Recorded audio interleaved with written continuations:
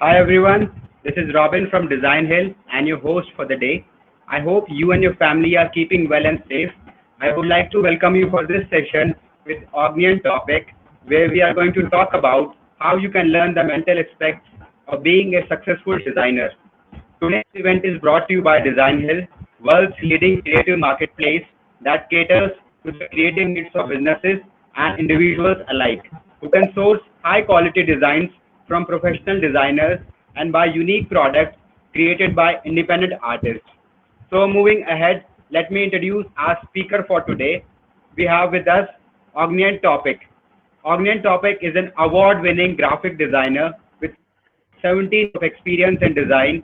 He specializes in custom logo designs and branding based on concept, functionality, and simplicity.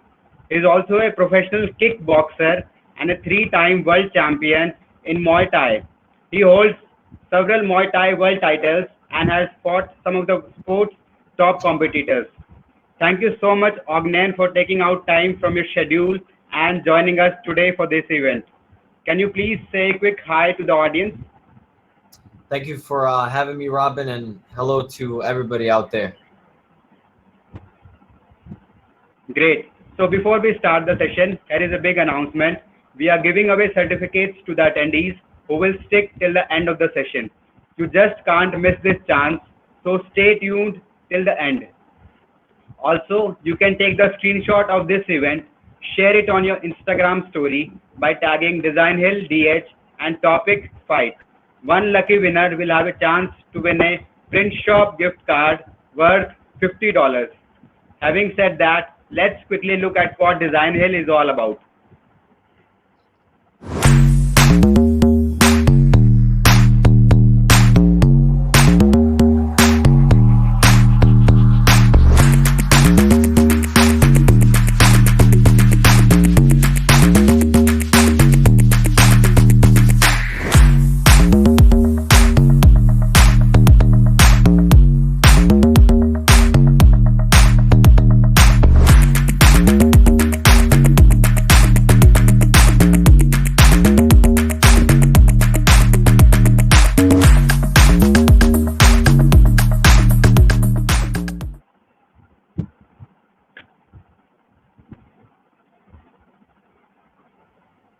All right, that was all about Design Hill, and now we are all set to start the session. So, guys, if you have anything that you would like to ask Ognen, do put it under the questions tab. We have rolled out a few polls also in the poll section. Don't forget to answer them. So, Ognen, let's begin with the session. Over to you now. Yes, like Robin was saying before, I'm a award-winning designer and also a professional kickboxer, Muay Thai fighter, and a three-time world champion.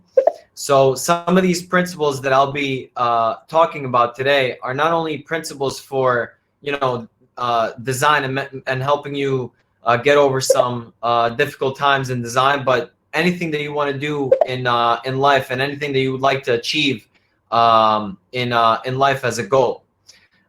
So without further ado, let's begin.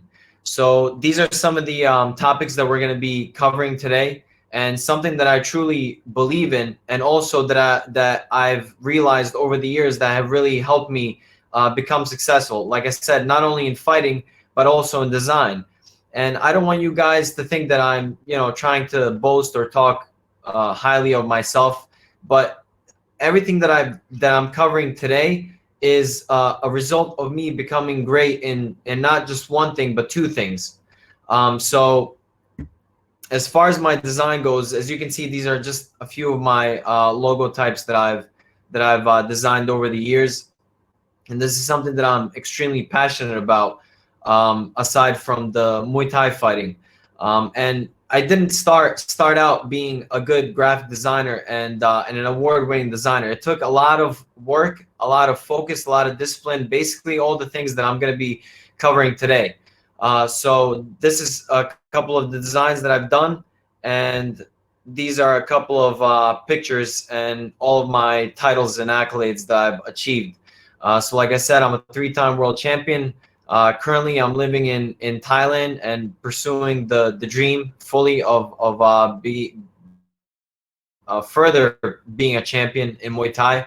The top picture on the left is at Lumpini Stadium, which is the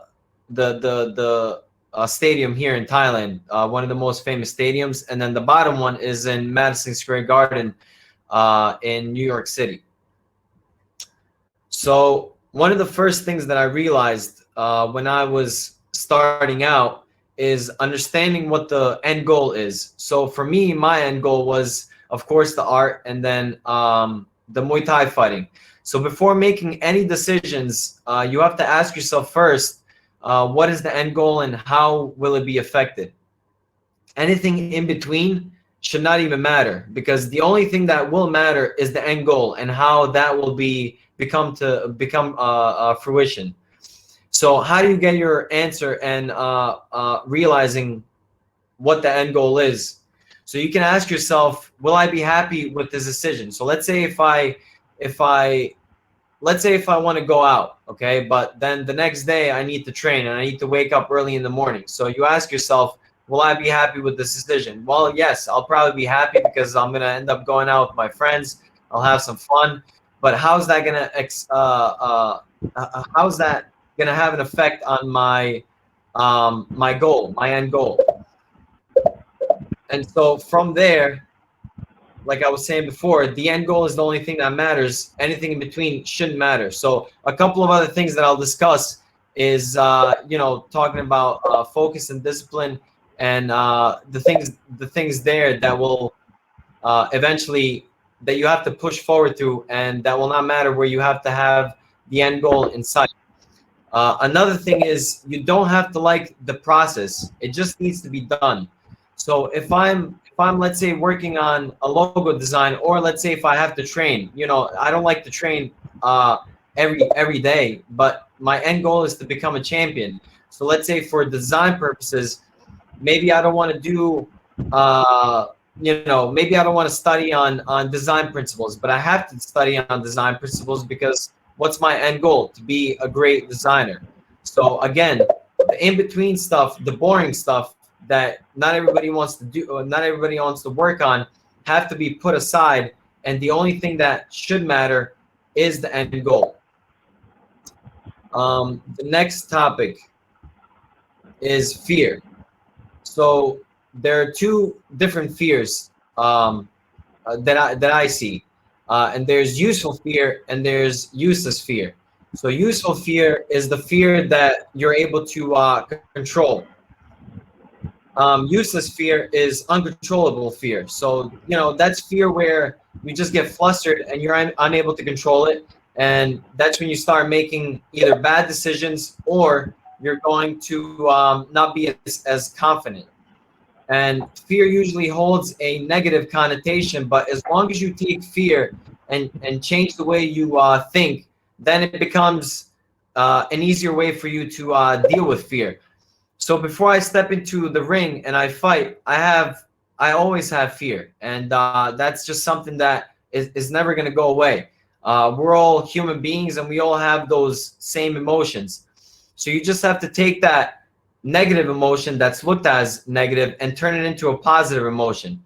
So looking at negative fear as a negative is, somebody being afraid, or maybe you're a coward, but you're not afraid. You're not a coward. You're just a human being, and fear is something that helps you throughout everyday life. So let's say if you're walking across the street and you have obviously you're going to have a fear of getting hit. So what do? You look left and you look right just to make sure there's no oncoming traffic.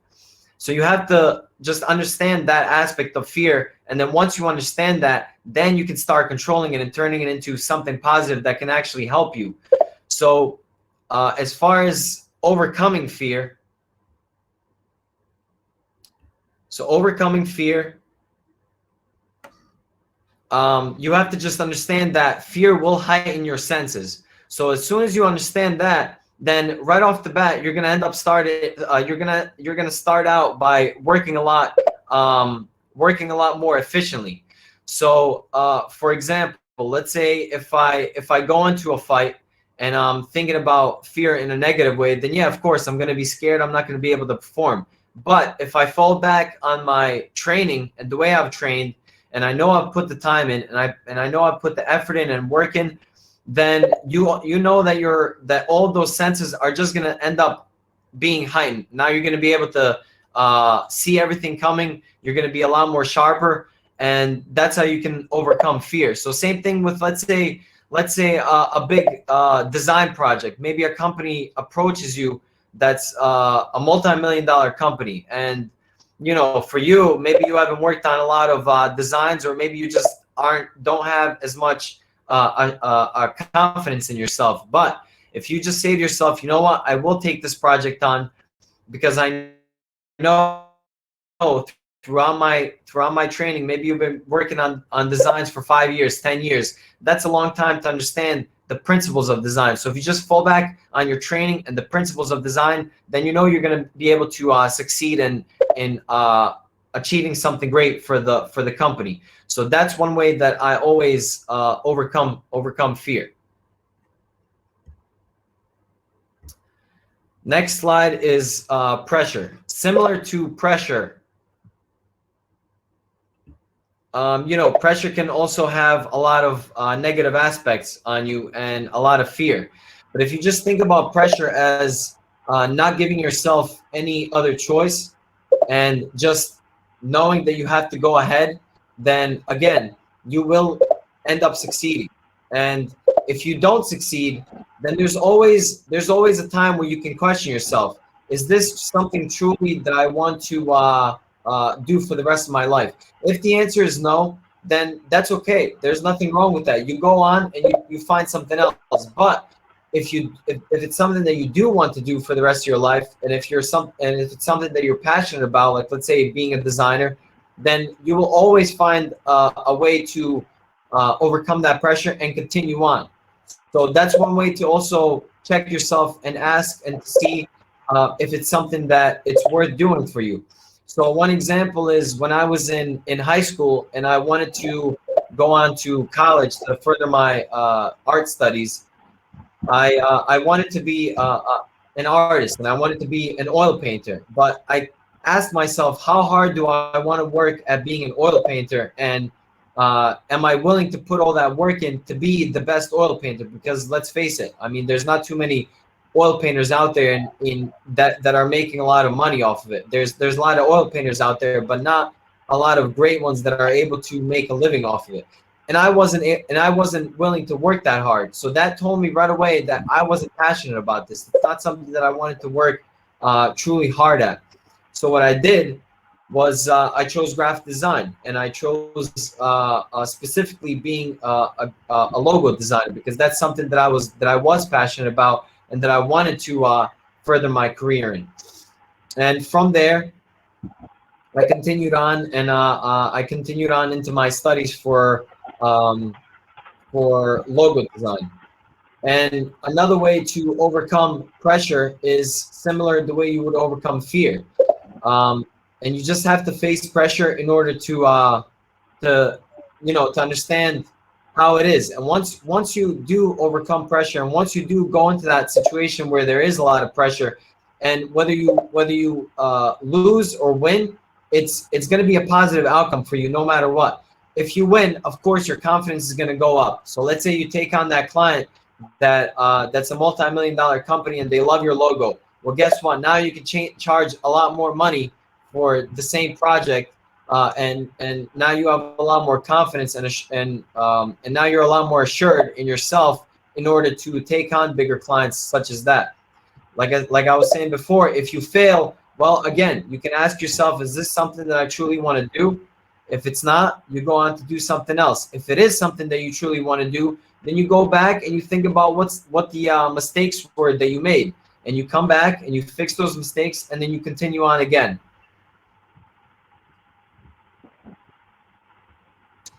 Next one is discipline. Of course, anything worth having, you have to have discipline. And Mike Tyson had a really good way of describing discipline. It was which is doing something that you don't want to do, but you do it like you love it. And that's truly what discipline is. Not only that, but you can't let anybody derail you from achieving your end goal. So again, if you just ask yourself, what is my end goal? And you say to yourself, okay, I want to be a great designer. I want to be an athlete. I want to be a basketball player. Well, then guess what? You can't stay out late with your friends because the next day you have to work out. Or let's say you do have to finish a design project, and maybe your friends wanna go out and party, and then you say to yourself, okay, well, I want to go out and party. Well, you can't, because you have to have that discipline in order to finalize that project. Or maybe you just want to get better at something, and instead of going out and wasting your time, and I don't want to say it's a waste of time, but it's better you invest your time in another way than going out and spending it in something that you're not going to get any reward out of it, especially self-reward. So not letting anybody derail you. Again, there's a goal that needs to come to fruition, and you have to work towards that. As far as work ethic, you have to work daily, studying design, even if it's something that you already know. So let's say if I finish working on like a design job, right? Let's say I'm doing a logo design job and I finish doing that. Now I have nothing to do. Well, instead of just sitting there staying bored, or maybe going on Netflix and watching Netflix or YouTube, there's always something you can do specific. Maybe you go into looking at something that you need to change for your own brand. Maybe you need to upload some newer work for your own brand on your website. Maybe you're not happy with some of the designs that you've done. You go back and you change those designs, and you see how they work. Sometimes I go back and I work on logos that I've done years ago, just to see how I would improve in doing those logo designs now today. And like I was saying before, you can also always go back and look at design principles. That's always great to look at, and to study design principles and how other professionals have achieved achieved great design. And then from there, furthering that, also typography. I think typography is a great way to learn designing correctly, because typography is communication and design is communication. So you have to really learn to use typography well in order to be a good designer overall. As far as luck goes, I don't believe in luck. I don't think there is such a thing as luck, because to me it's like an outside force that has some kind of control over you, and there is no outside force that can control me. The only person that can control me is truthfully me. That's it. So there is no outside source that can influence you. It's only you, and you that puts the work in. In fact, when somebody tells me that I'm lucky, I take that as disrespect, because now they're saying that something else outside of me and outside of my work ethic has influenced me in order to become great or get to a high level. So I take that as disrespect if somebody tells me that I'm lucky. Yeah, of course, you can be fortunate, and maybe you end up finding like a great idea or a great solution to something, but I still don't think it's luck. I think it's those years of practice and work that put you into that position. And the last one is motivation for me. A lot of people are always looking and seeking to find new ways to motivate themselves. But again, you don't need any motivation, because motivation is very fleeting. It lasts for a couple of minutes, but then when you're supposed to put that work in, motivation runs away from you, and there is no motivation. So like, let's say if I need to go to the gym and work out and put the work in for my upcoming fight. If I go look at a video that's motivating on the internet, well, guess what? That might be a fun video to watch, but it's not going to be that fun once I get into the gym and start working out. The only thing that's going to help me get through that tough time and that hard work is the fact that I have that end goal that I have to meet. And like I was saying, that's the only thing that matters. No motivation, no luck. The only thing that matters is the end goal.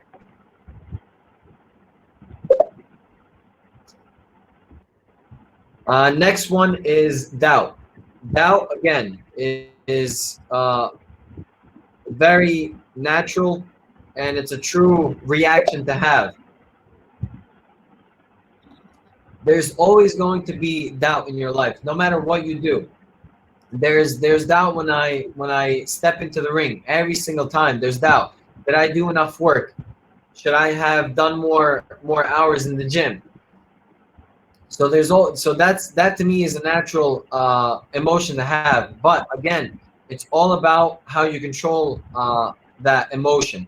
And if you just take that emotion and use it in a positive way, change the way you think about it, well, then it's going to become a positive emotion. So let's say if you take doubt, and in order to turn it into a positive emotion, then you can let it fuel you to work harder and smarter. So let's say if you ask yourself, did I do enough on this project? Well, maybe I didn't. Maybe I have a couple more days left until I submit this project to the company or the client. Then let me just go back and let me look at everything again collectively as a whole, and let me see if I've done everything that I had to do in order for this project to be the best that it can be. And same thing when I fight. Every time I step into the ring, or before I step into the ring, there's doubts. Did I do enough to secure this win?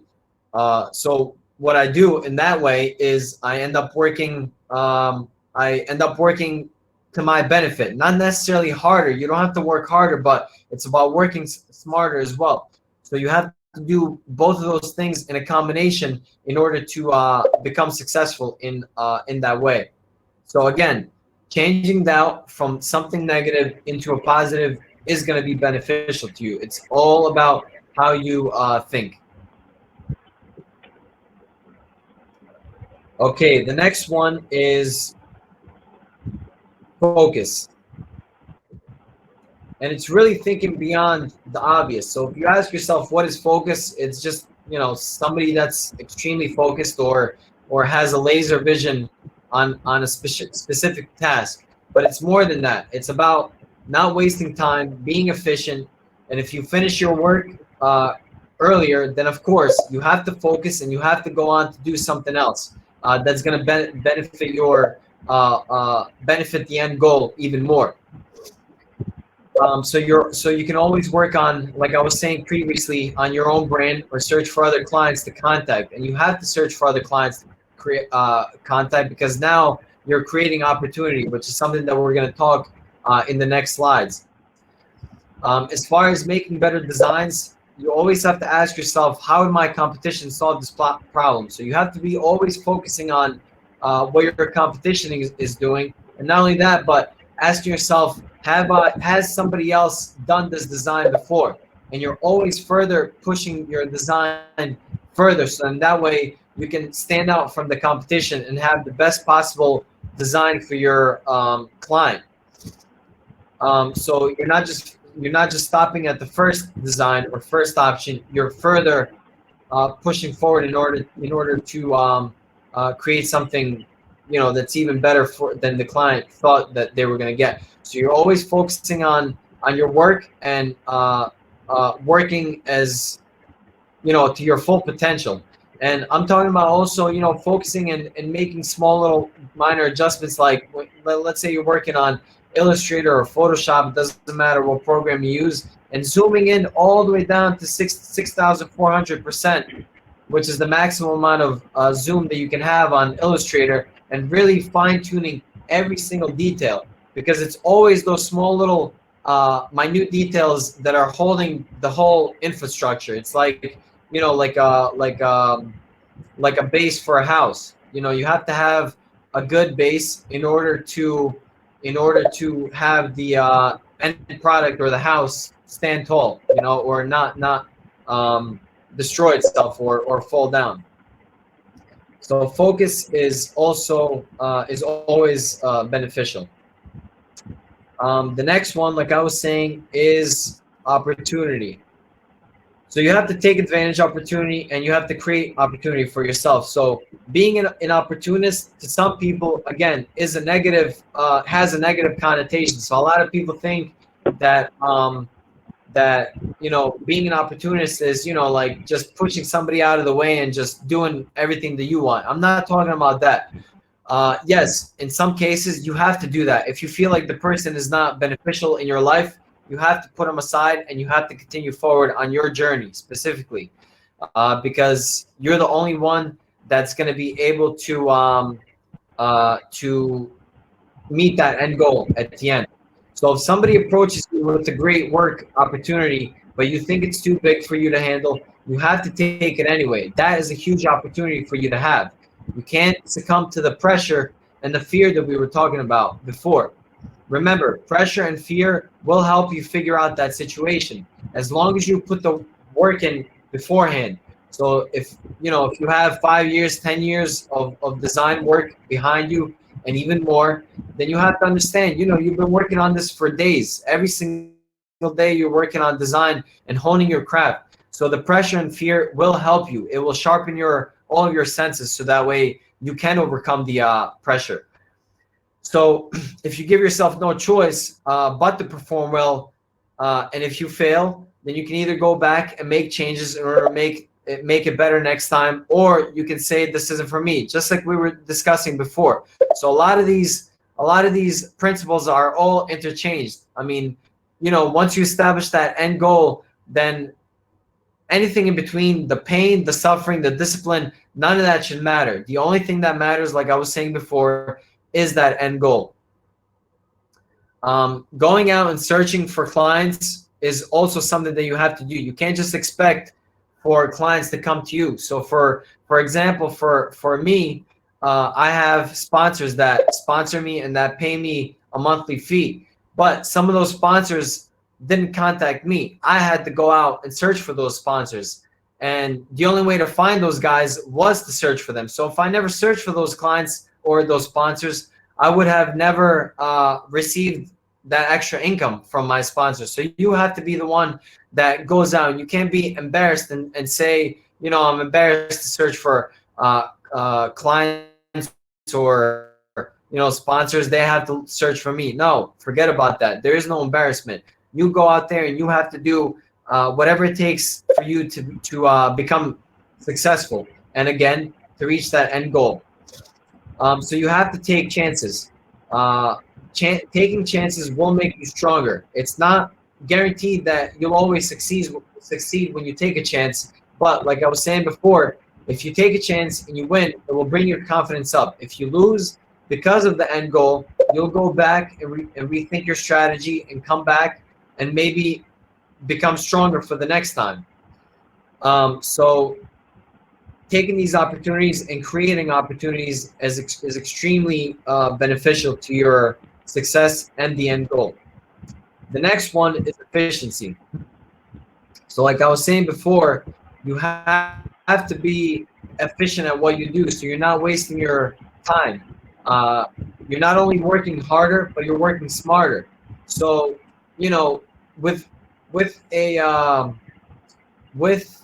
your experience, you'll end up working a lot smarter instead of harder. So that's why experience is so great, because so in order to gain more experience, and let's say you don't have 10 years of design, right?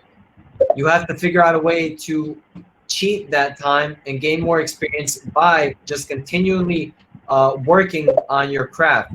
And that's the only way to achieve achieve the experience aspect. As far as the micromanagement goes, again, a lot of people have a negative connotation with saying something, like micromanagement, because a lot of people think that you're talking about somebody that's,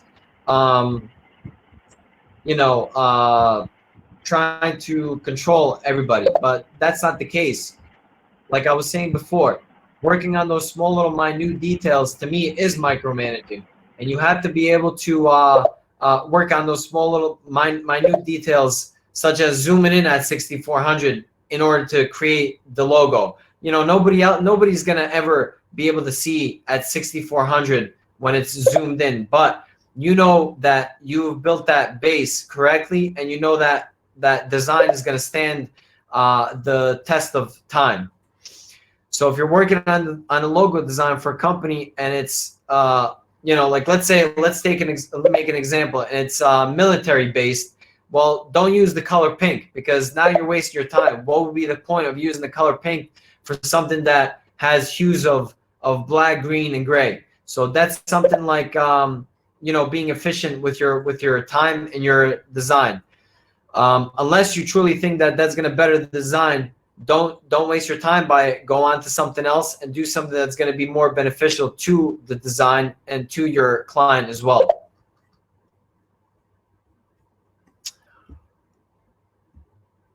Determination. So persisting forward.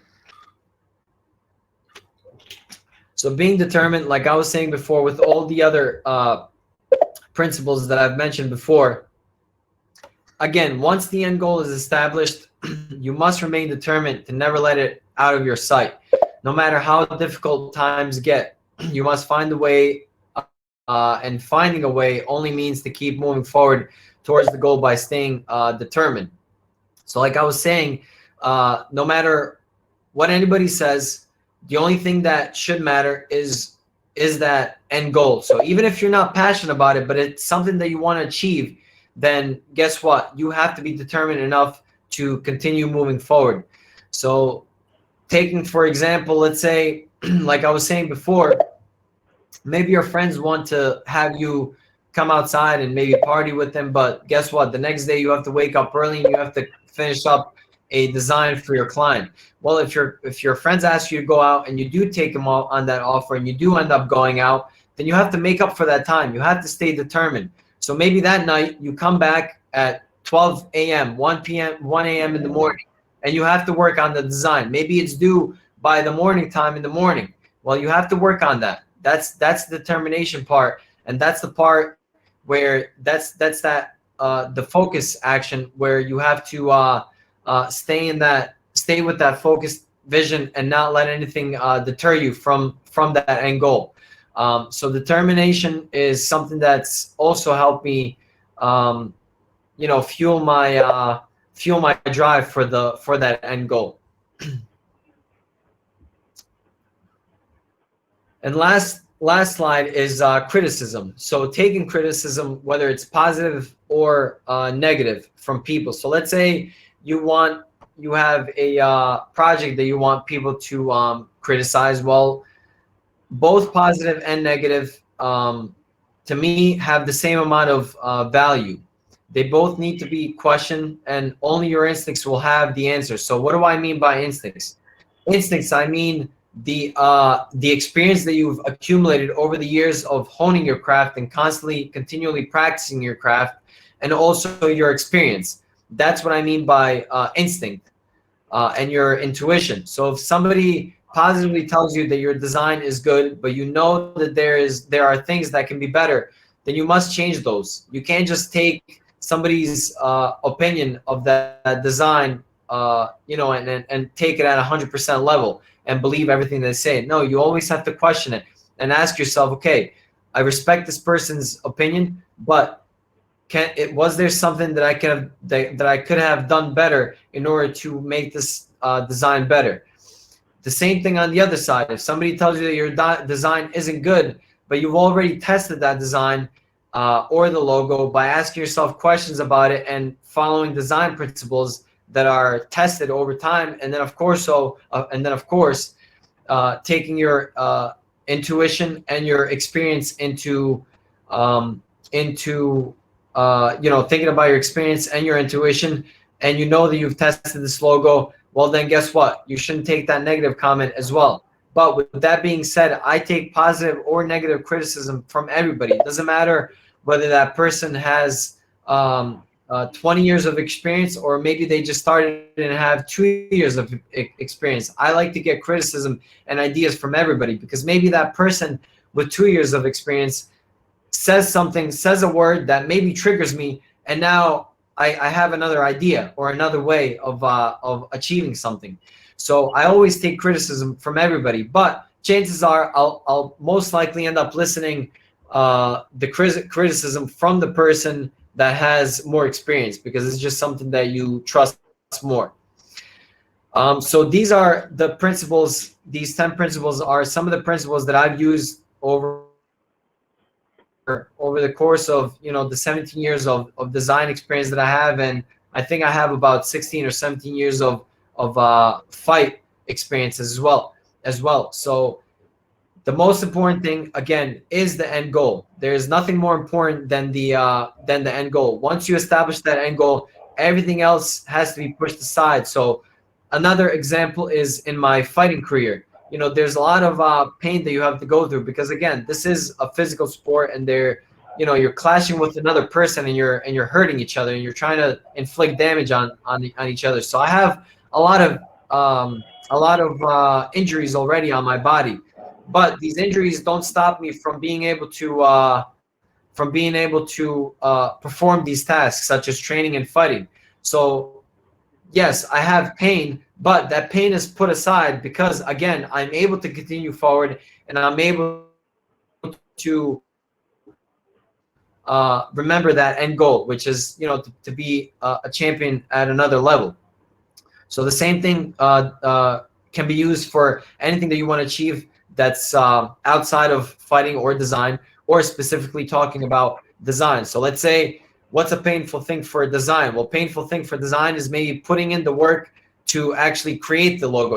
I just want to, if I can just press a button and have a logo created for me with my mind behind it, then that's all I would do. I don't want to put in the work of, creating sketches and ideas and hours of worth of my time spent into that.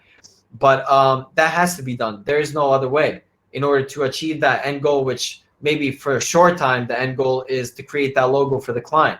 And then the long-term end goal is to be one of the greatest logo designers, or be among one of the greatest logo designers in the world. So it's those small little tasks that really set you apart. So this was my presentation.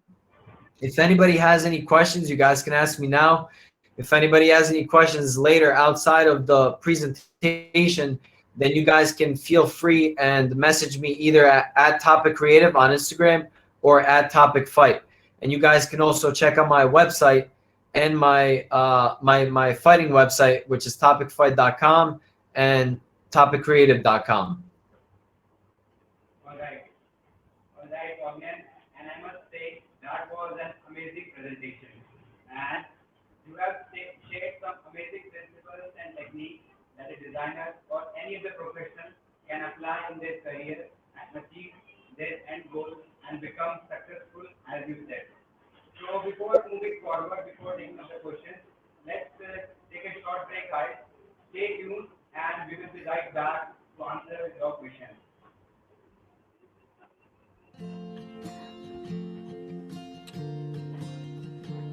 I've always been creative and always been an artist. As a young girl, I used to paint rocks, and I used to sell them for $0.25 on the street. And I just fell in love with it. It just grew into a passion of mine. I started looking on the web, and I came across Designhill, and they had a design contest. As a young girl, I used to paint rocks, and I used to sell them for $0.25 on the street. And I just fell in love with it. It just grew into a passion of mine. I started looking on the web, and I came across Designhill, and they had a design contest to design a logo, and I entered it, and I won. And I was like, oh, this is really great. I can pick and choose what type of logos or design projects I want to work on, and it allows me to be creative, keep my hands, with my tools and working. So it's kind of nice. It's really easy to use. You can scroll through the projects, and there's sections that you could go by. It's really easy. There's a few clients who have come back to use the one-on-one projects. There's one client in particular, she owns a vintage shop, and I designed her logo, and she came back. She needed a design for a flyer, and she really liked the illustrations that I did for her, so she came back a couple of times with projects. I would recommend it, especially if you're a designer that's starting out and you want to learn from other designers, seasoned designers. It's a place to keep in the game and keep using your tools. It makes me feel great, and it kind of confirms that I should be doing this. And I love to see logos that I've designed out, and proud of that. And I think that the clients are so happy that their logo represents what they do and makes them look good. It's a collaboration. It's good for me, and it's definitely good for them.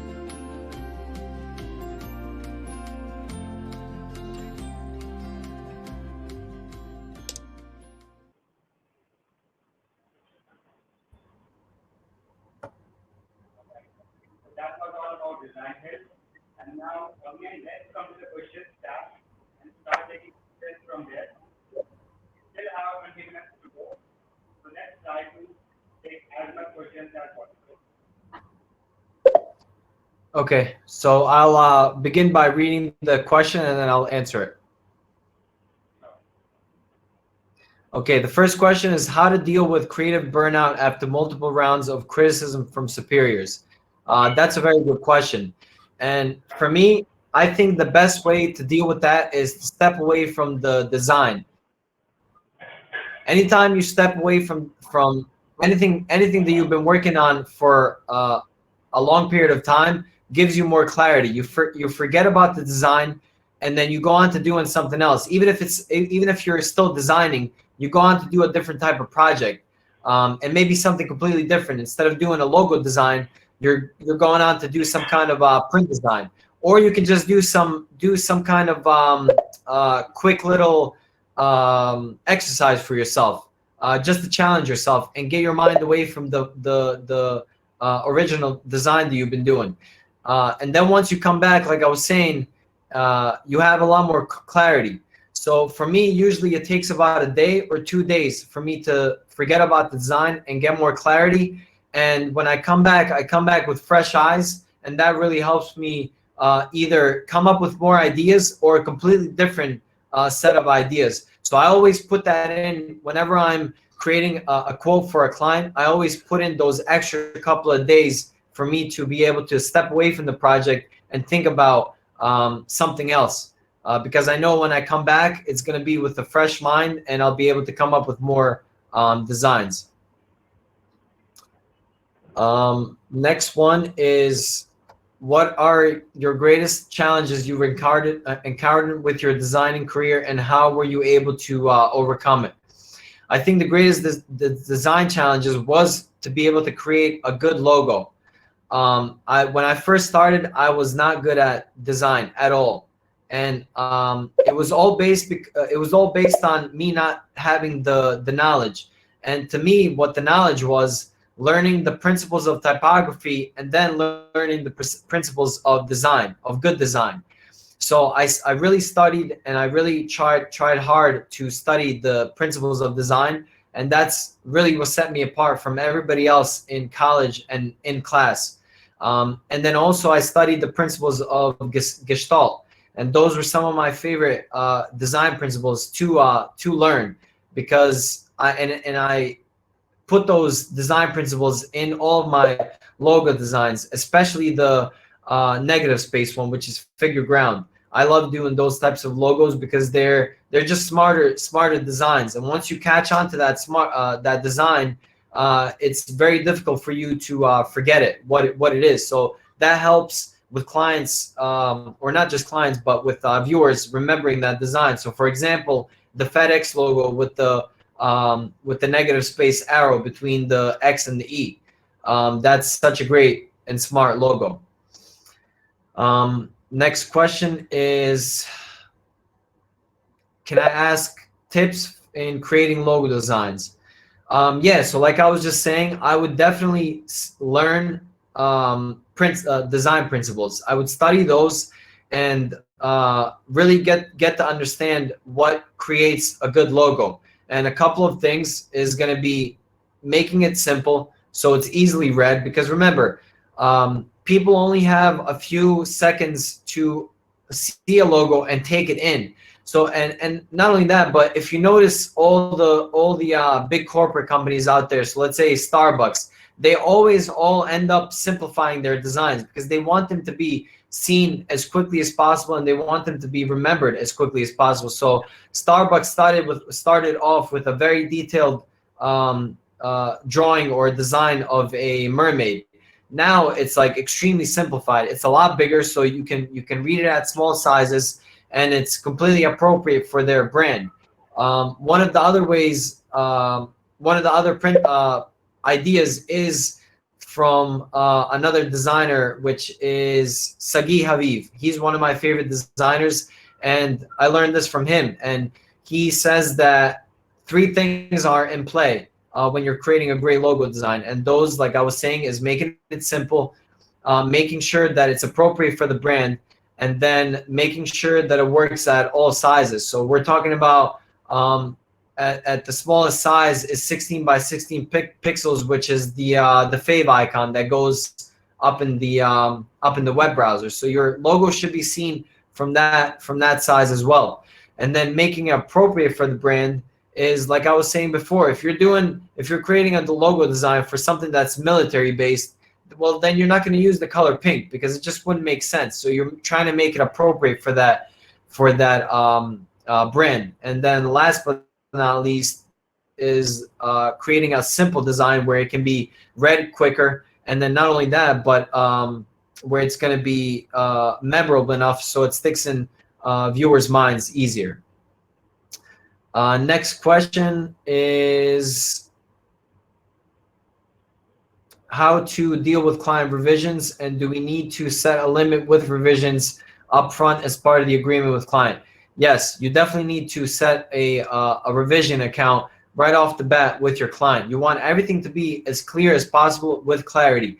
You never want to have to go back and then have to introduce another set of rules for your client that they have to follow when you didn't say those things from beginning. So that also comes from experience.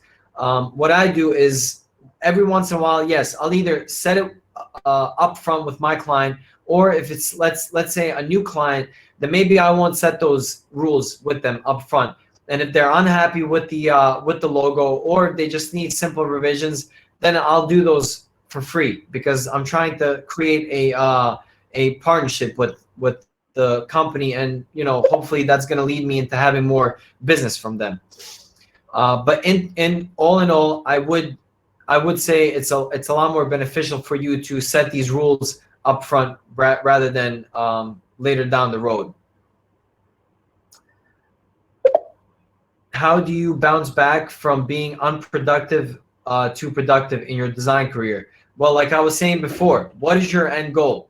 If your end goal is to be the best that you can be, maybe it's not even to be the greatest designer, or fall between some of the great designers. Maybe your goal is just to be the best that you can be. Well, then your answer is right there. You don't have to search for anything. Then you have to just come back and again start by putting pencil to paper and start working on a design. And let's say if you don't have a client that you're working for, just choose something. Maybe you're driving down the road and you see a logo that needs a lot of work on, and you take that challenge. You come back and you say to yourself, you know what? I'm going to spend 3 hours on this design today, and I'm going to see what I can do with this design within 3 hours. And that's how you become more productive, and that's how you get the creativity going. And you have to keep in mind that creativity is a process. It's not something that you're just born with. It's not a talent. Yeah, I guess maybe it can become a skill, but again, it's not really a skill. It's just process, and it's just time. That's it. All you need is time. I remember when I used to work at a graphic design agency, and we would sit down and we would start discussing ideas. The first hour, there was no creative ideas whatsoever. It was just talking about the design because it's something new. It's something intimidating. When a client comes to you with a new design, it's very intimidating because you're just starting from thin air. I mean, you have no ideas. You have no background of anything other than the information that your client supplied you. But you start, again, you put pencil to paper, you write down ideas, you write down some creative words that can help you out. and then you just start sketching. And within that hour, that's when those creative ideas start coming. Right after that hour, so it takes just about an hour and a half for me to become creative. So instead of thinking that as, a waste of time, think of it as it's just part of that process that you have to go to. What do you do when you hit a creative block? How do you overcome it? Like I was saying before, it's all about that end goal. And for me personally, I've never had a creative block. Even if I was working on something that I didn't want to do. Maybe it was a design where I worked for my graphic design agency, and I just didn't want to work on it. For me, there was no creative block. But if you do step into that position where you do have a creative block, again, go online and research what good design principles are. I guarantee you within 30 minutes to an hour, you're going to end up coming up with some more fresh ideas. It always works. So again, that kind of goes in hand in hand with that idea of being productive and having a creative process. As long as you go back and you start studying, searching some of those ideas, you're going to start having more of those creative ideas come out. And not only that, but you can always go outside and gain some outside perspective and gain more, let's say, some more creative ideas from the outside world. Like today, I was just sitting at a cafe and I was just looking at the lines that were formed from a building, just a structure, something that has nothing to do with graphic design. But it gave me an idea for a logo that I brought back to my room, and I sketched out the idea. So you can always just take a walk outside and look at shapes. Look at shapes, and that usually helps you get creative again or break that creative block.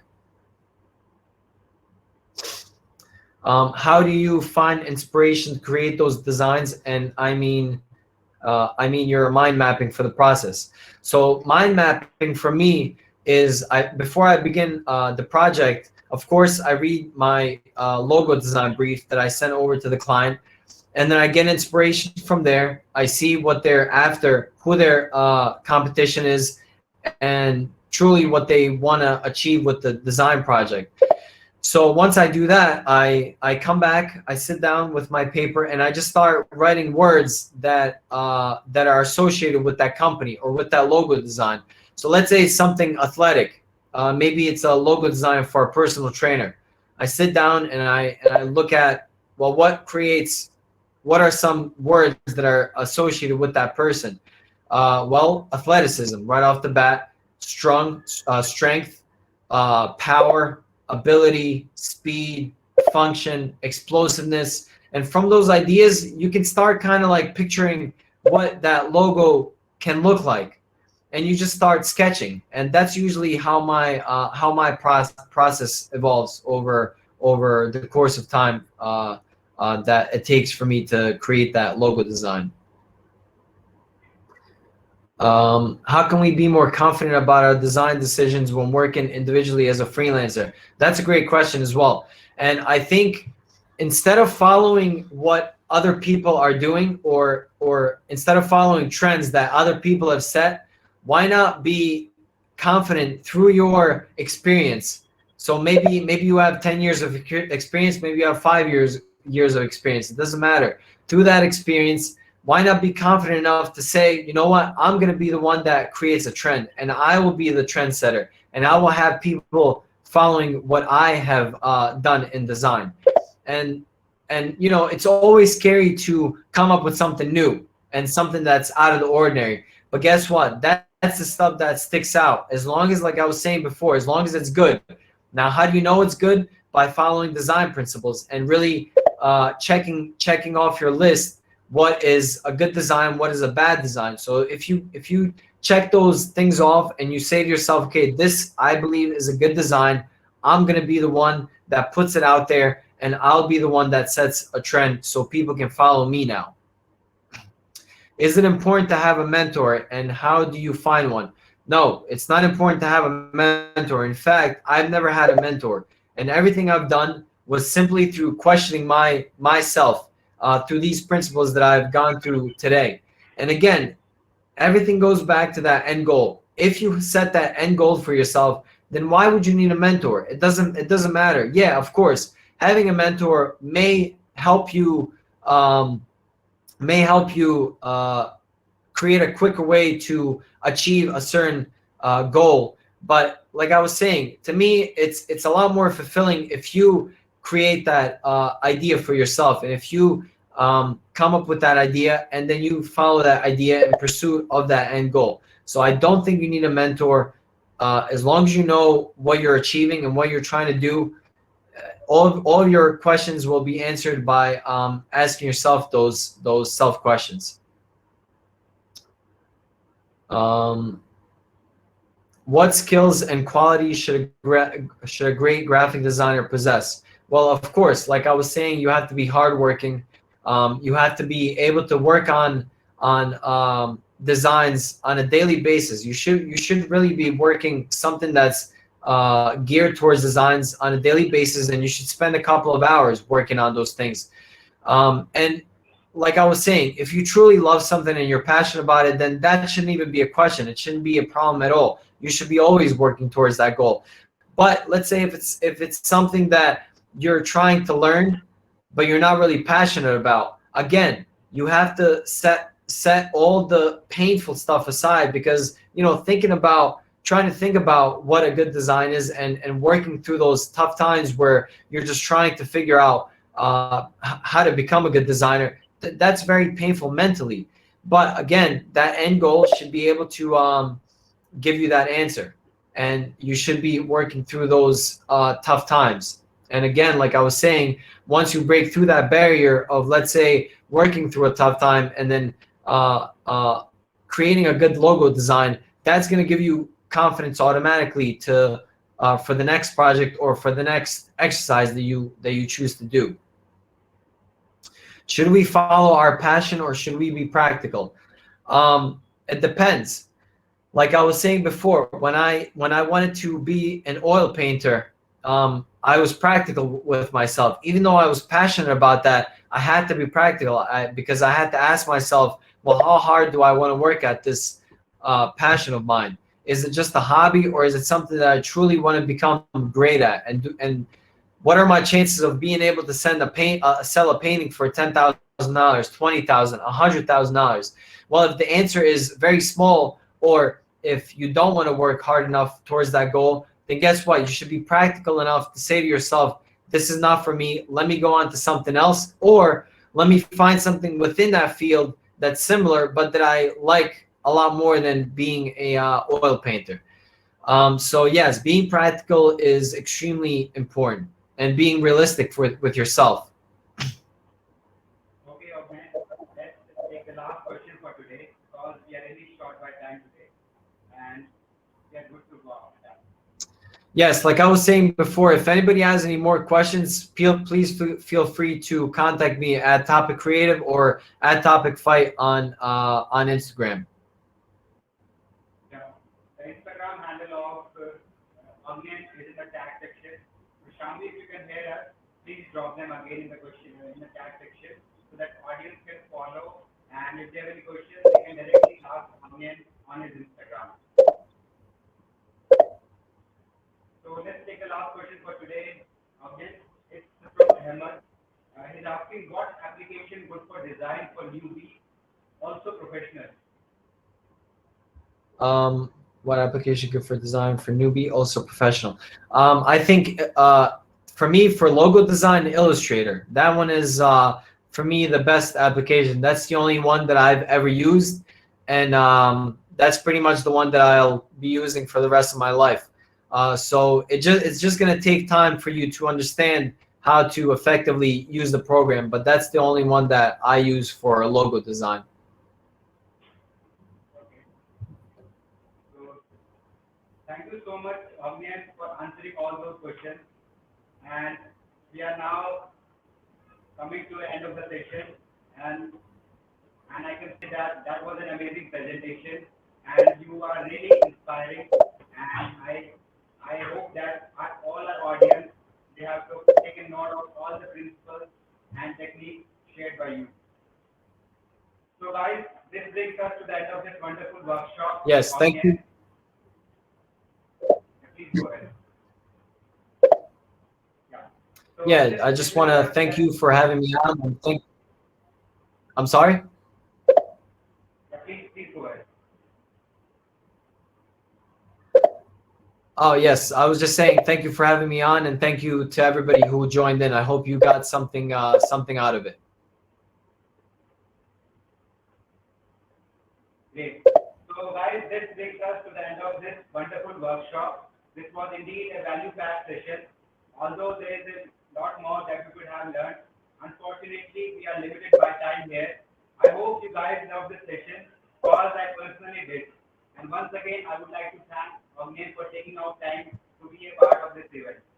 And guys, this is not where it ends. We have a lot more events lined up for you in the coming days. If you guys are interested and haven't registered yet, we are putting the link of an event section in the chat section where you can find all of our upcoming events and register. And to watch this session and other wonderful events, subscribe to our event section on YouTube channel. You can find the link of the YouTube channel in the chat section. And also guys, we have recently launched an cool design tool called Designhill Studio. You can create some awesome designs for your business for free using Designhill Studio. Visit designhill.com/studio and check more about it. And on that note, I would like to say bye to everyone who joined us here today. And thank you so much again, Ognjen, for taking up time for this event and collaborate with us. Take care, guys, and stay safe. Thank you, guys.